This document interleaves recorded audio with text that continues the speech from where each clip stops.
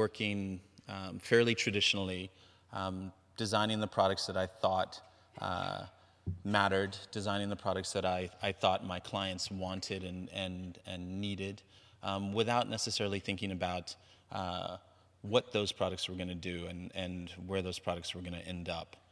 And I realized that most of the things I was designing I personally couldn't afford. And somehow that kind of economic disconnect was very important in determining, let's say, my direction. I designed a series of vases for a fashion brand called Missoni in 2004, called the Patchwork Vases. And those vases were basically recycled from cutoffs from the fashion collections of this fashion brand. I visited the factory. They gave me a huge bag of fabric and said, go play. We covered everything we could think of with this fabric. We covered candlesticks, we covered chairs, we covered tables. We eventually arrived at vases because we could find vases recycled in thrift stores. So using recycled vases and recycled cutoffs of fabric, we made a totally new object by hand that had value because of its relationship to the fashion brand itself. So this seemed like a strategy forward. This seemed like a way to, for me to kind of create my own path in design. Aid to Artisans is the oldest nonprofit in America connecting design to the developing world, and they approached me to be a consultant. I went to Africa for the first time in 2005. This trip was like design boot camp. You arrive and you're confronted by how needy everyone is, in a sense. All of a sudden, the people that are making the product are right there in front of you.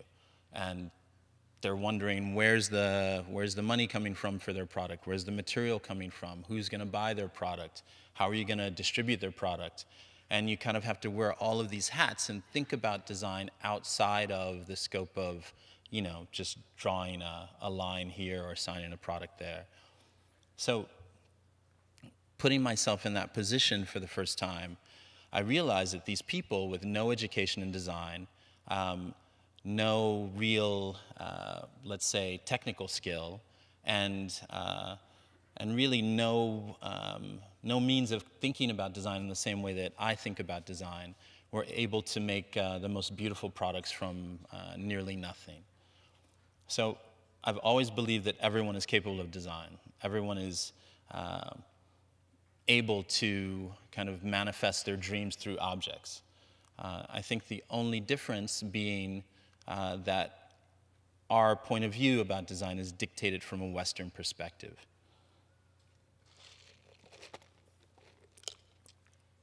And I think we're at a point now where we can kind of reconsider that. If we look at a more kind of pluralistic vision of what design can be, these other communities have a lot to teach us. It's kind of the difference between information and knowledge, let's say. Knowledge is something that's passed on from generation to generation. It's a kind of wisdom in the hands, let's say. It's a wisdom of making something that may not be communicated in any other way. In fact, many of the communities that I'm working with have never worked from a drawing before. So some of the baskets from Senegal, for example, that we've done for the Studio Museum exhibition that we did for a collaboration with the architect David Adjaye, that we've done for private commissions. All of these baskets are not only woven in terms of form, but in terms of color and in terms of pattern, all from memory. There is no record of any of these in the villages and the communities that we work with. So I was probably the first to arrive with a drawing and say to them, okay, this is what I need. I have to have a certain dimension. I have to, you know, have a certain pattern. It has to serve a certain function. And in a sense, this education really puts power into the hands of these communities.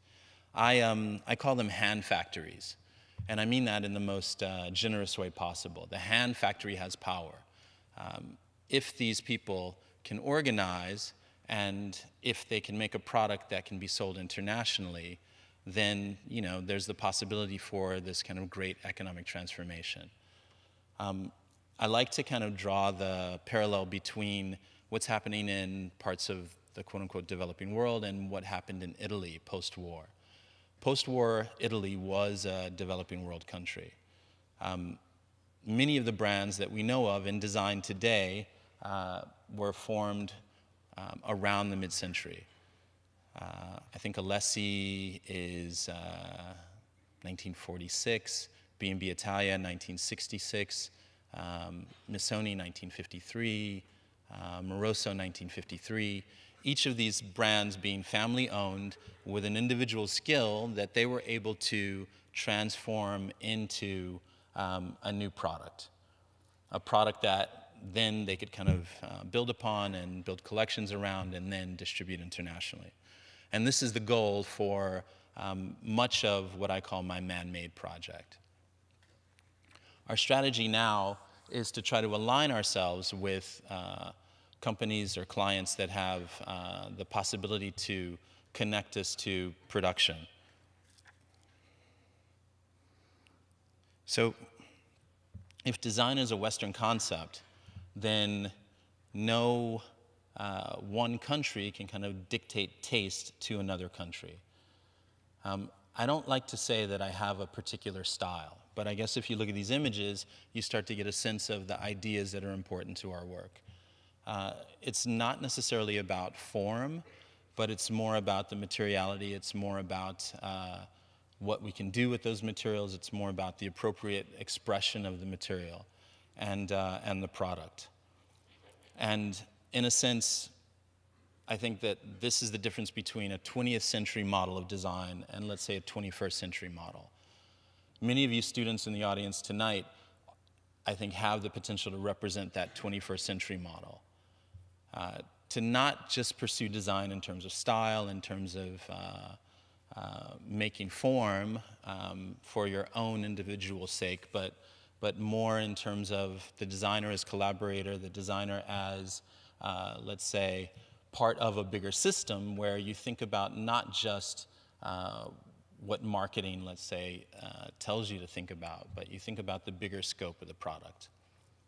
It's kind of the difference between, let's say, a product and a platform.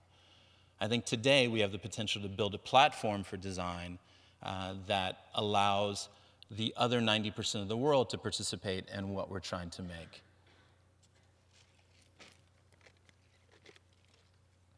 Not just in terms of form, not just in terms of material, but in terms of intention.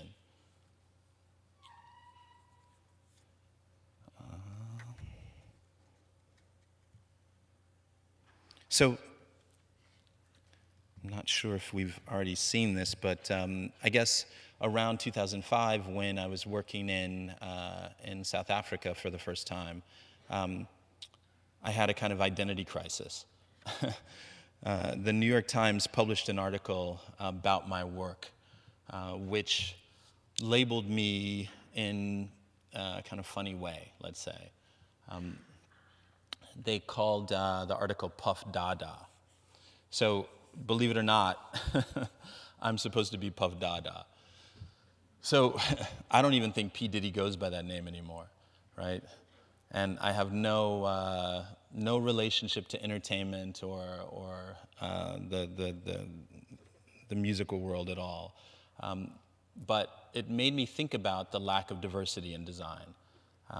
The New York Times quoted me as being the first African American to have an impact on international contemporary design. And this was in 2005. I was really surprised by that because up until that point, I was just a designer. I mean, I was doing what I thought I was supposed to do. I wasn't thinking in terms of, where I'm from or what I look like. But all of a sudden, I was confronted with how other people saw me. And I think that this really led me down this path. So thinking about who I am, where I come from, what I have to offer the design world, and my relationship to this kind of other culture outside of European culture, I think is very important. And it's a message that that I'm trying to kind of put forward into the world through the products that we make.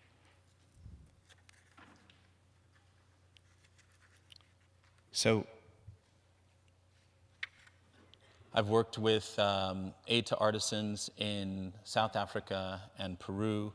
I've worked with the Nature Conservancy in Australia. I've worked with the Clinton Global Initiative in Haiti after the earthquake. I've worked with Artesanías de Colombia in Colombia. And each of these not-for-profit organizations has what they call kind of temporary funding in country. So they have enough to support one mission for a certain amount of time. So in collaborations like that, we go in and we work for maybe a week or 2 weeks with a community, and we make a product. But we don't necessarily think about where that product is going. And I think the not-for-profits kind of miss the commercial link in the chain. So we developed what we call the development triangle for, which is a kind of economic model for how to think about these kinds of projects. I'm sure many of you are wondering, how the money is flowing in these types of relationships. This is the development triangle. So the artisan in one corner, the designer in another corner have a collaborative relationship, which is creative. The not-for-profit in the center brings those two together, but without the distribution, none of the product obviously goes anywhere. So we realized that we couldn't be in the position of consultant with these not-for-profits because the product wasn't really going anywhere. So we wanted to kind of cut out the middleman and begin to distribute the product ourselves.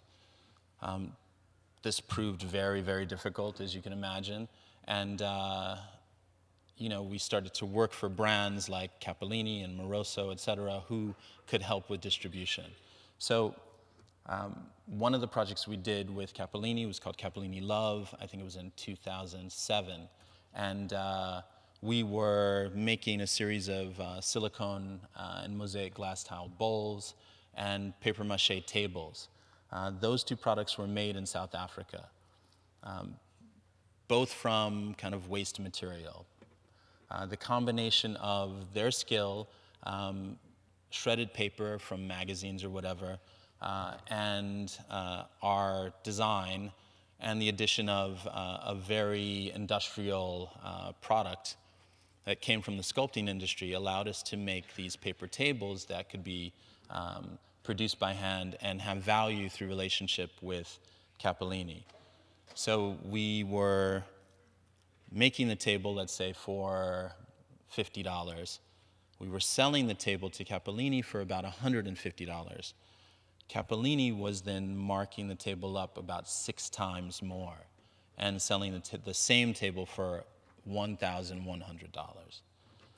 So it seemed to me that it was a little bit impossible for us to kind of continue in this way, because I wouldn't even want a papier-mâché table for $1,100. We had to kind of figure out what else we could do. So we've begun to align ourselves now with companies that have factories, that have relationships, and that allow us to have what we call an immersive collaboration. So we go into the factory with Daedon, for example, in the Philippines, and we collaborate directly with their research and development teams around briefs and around collections.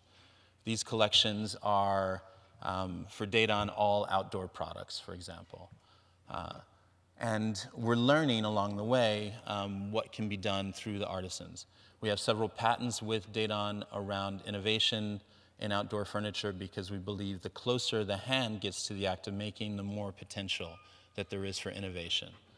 So the possibilities for us are really in getting really close to the making and spending time in the factory in a way that is, I guess, fairly non-traditional today, even though it's carried over from what was happening in the Bauhaus, for example. Many of the factories don't really want the designer to be in the factory with them. They're not interested in having the designer have that kind of input. Because if you follow the product from the very beginning, from the raw material, where you begin to think about, okay, what is this extruded polyethylene made from? How can we, let's say, begin to incorporate recycled materials into that, or some level of sustainability into that? How many hours is it taking for one or two artisans to weave this chair or this table? Could it be done more effectively with 2 people or 3 people? If we begin to analyze the full chain of production, I think there's a lot of possibilities there for design to be innovative. It's just a question of having the right partners, essentially. And Dedan, for us, has been a very good partner in this. We have, for example, the world's first outdoor furniture woven through expanded aluminum for the Dala collection, in accessories and in furniture. Let's see. So, in 2011, I had 2 museum exhibitions in New York. One at the Museum of Art and Design, my first curatorial project called Stephen Burks' Are You a Hybrid? And another at the Studio Museum in Harlem called Stephen Burks Man Made. These 2 projects going on at the same time in New York was a really big deal for the studio.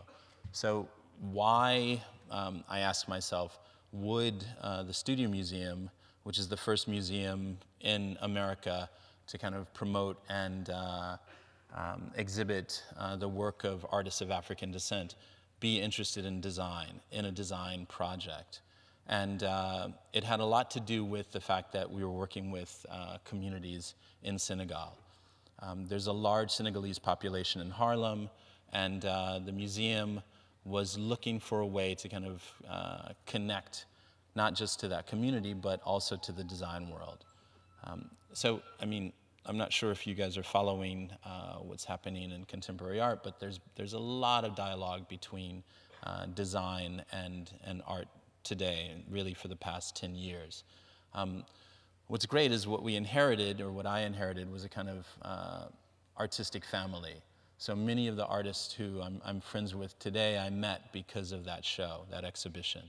The concept of Stephen Burks Man Made at the Studio Museum was really about how we could take this process of Senegalese basket weaving, which is really a kind of stitching process. It's not really weaving. Traditionally, palm fibers are wrapped around sweetgrass in a spiraling pattern until the form is developed. And the palm is kind of sewn through around shafts of sweetgrass. Sweetgrass grows in only 3 places in the world, and one of them is in Senegal. So what we brought to the project was an idea of, okay, if these people could make your bread basket, or if these people could make your hamper, could they also make your pendant lamp? Could they also make your coffee table? Could they also make your dining table?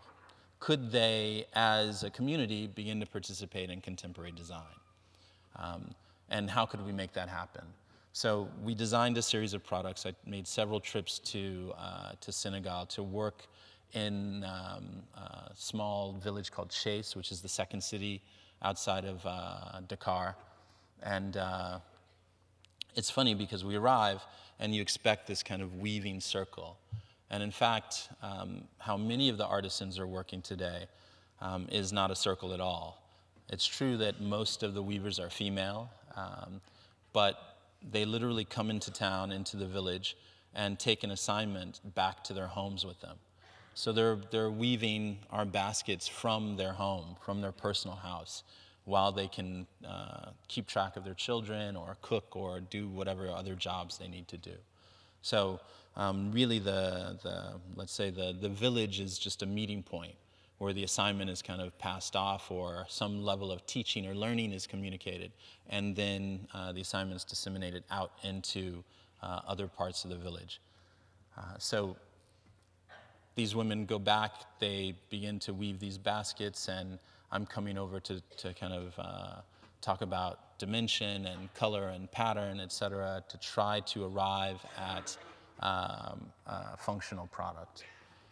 The exhibition at the Studio Museum in Harlem was a big success. They published a catalog called Burks Man Made, and I felt like, in a sense, that project really defined our way of working, which is why we now call the studio Burks Man Made. Stephen Burks' Are You a Hybrid, which was the curatorial project at the Museum of Art and Design, was a very different project. This, for me, was about trying to, I guess, look at the history of design and what role the developing world had played in it.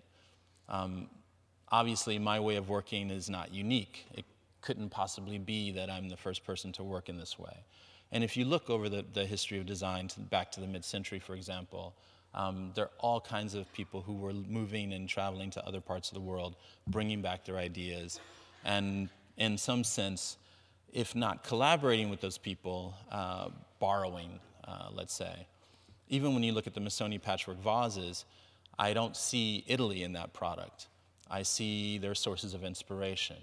I see Mexico. I see Colombia. I see Peru. I see places outside of Italy. So that tradition exists already. Designers like Isamu Noguchi, Alexander Girard, George Nelson, Charles and Ray Eames, et cetera. So in creating an exhibition called Are You a Hybrid, what I was looking at was really the inspiration and influence of the developing world from design, photography, and art over the past, let's say, 60 years. I included historical examples, I included contemporary examples.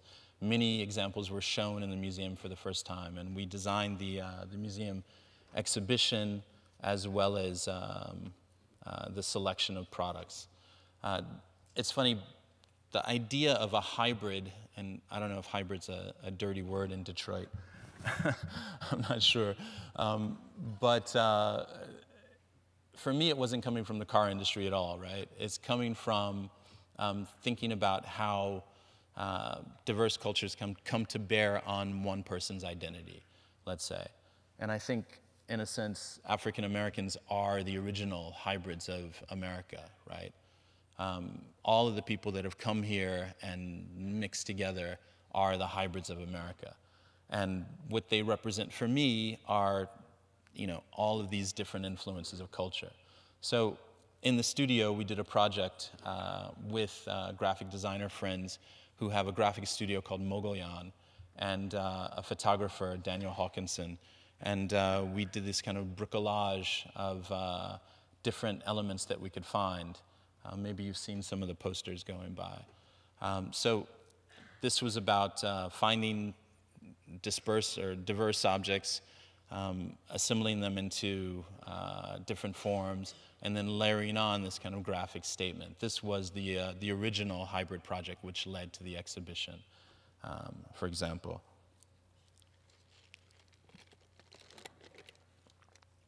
But the relationship to design and service of culture was completely new to me. The idea that design is not just about making these functional objects, but is also about inspiring people, is also about, you know, sort of progressing in terms of research. And so our own individual research today is occurring through other institutions. So now my studio is kind of split into two parts. In fact, we're moving officially to Barcelona, where our commercial studio will work going forward, working for all of our international clients, all of our European clients. And we have what we consider to be a kind of pop-up studio, which we hope to locate inside or under the umbrella of various institutions going forward, where we can explore different kinds of research about the future of design. So we just did a residency at an incubator called ADO, ADO stands for Amalgamated Design Office. And this is really the place where it's a kind of design hub or design culture center that was established by BMW Mini, the car company. Not a Detroit company, I guess. But their interest in having a place where designers can meet, designers can create new ideas, explore new ideas, et cetera, is because, you know, we're all questioning the future of the automobile. What does mobility mean to cities in the future? What role does design play in mobility in the future, et cetera? So we were the first, my studio was the first kind of designer in residence at ADO, and we spent 6 months there working on a number of different projects for different clients, which were more kind of research-based, but all resulted in a product. So for Dayton, for example, we did an irregular weaving workshop because we wanted to kind of look at how the artisan or the weaver could have more control, how they could kind of express more of their creativity in the product. Sometimes, I mean, one person in the Philippines may spend a whole day working on one chair. And if the pattern and the pattern language of that chair is repetitive, you know, there really isn't much humanity in that product. In fact, when I first saw the Dayton furniture, I had to ask myself, is this handmade? Or is this made by machine? So how can, for example, we capitalize on the fact that, you know, we want to use the hand where the hand is most useful and use the machine where the machine is most useful? How can we capitalize on the imagination behind the hands, let's say? So the irregular weaving workshop was our way of trying to explore how the artisan could have more control or use more of their imagination in the product. We developed a series of lounge chairs, dining chairs, baskets, etc. And we also worked with a graphics company called CG Trader. CG Trader is, I think, the world's largest computer graphics trading platform for computer-generated files. So there we were looking at how the handmade object meets the kind of digital space, in a sense. And it's funny, my son asked me once, he saw me kind of frustrated in the studio one day, and he said, "Daddy, why are you banging your head against the wall designing real products? You know, why are you going through all of this trouble making real things?" He said, "You should just design for Minecraft." And and I stopped and I thought about it, and he said, "Yeah, you know, Minecraft has something like 300 million users in the world and growing. And you know, you don't have to use real materials, and everyone can access it through their phone." And this kind of light bulb went off, and I thought, wow, this kid is really onto something. He's only 9 years old, but he's onto something.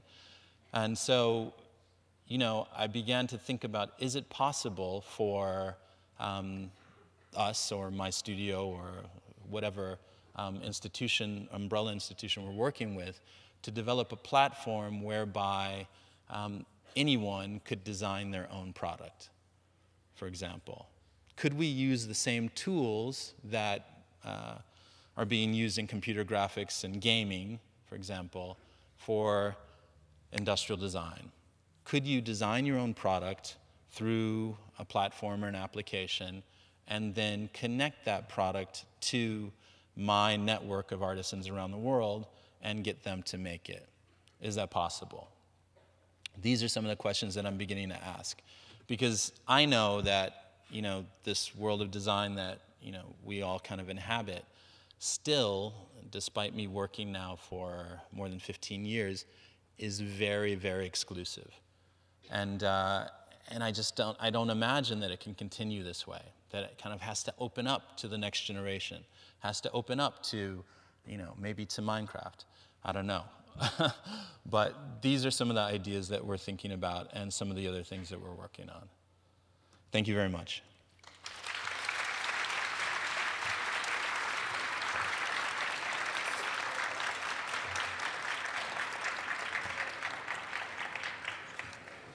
So I'm here, I guess, in the small room where there's going to be a Q&A if anybody wants to come and chit-chat.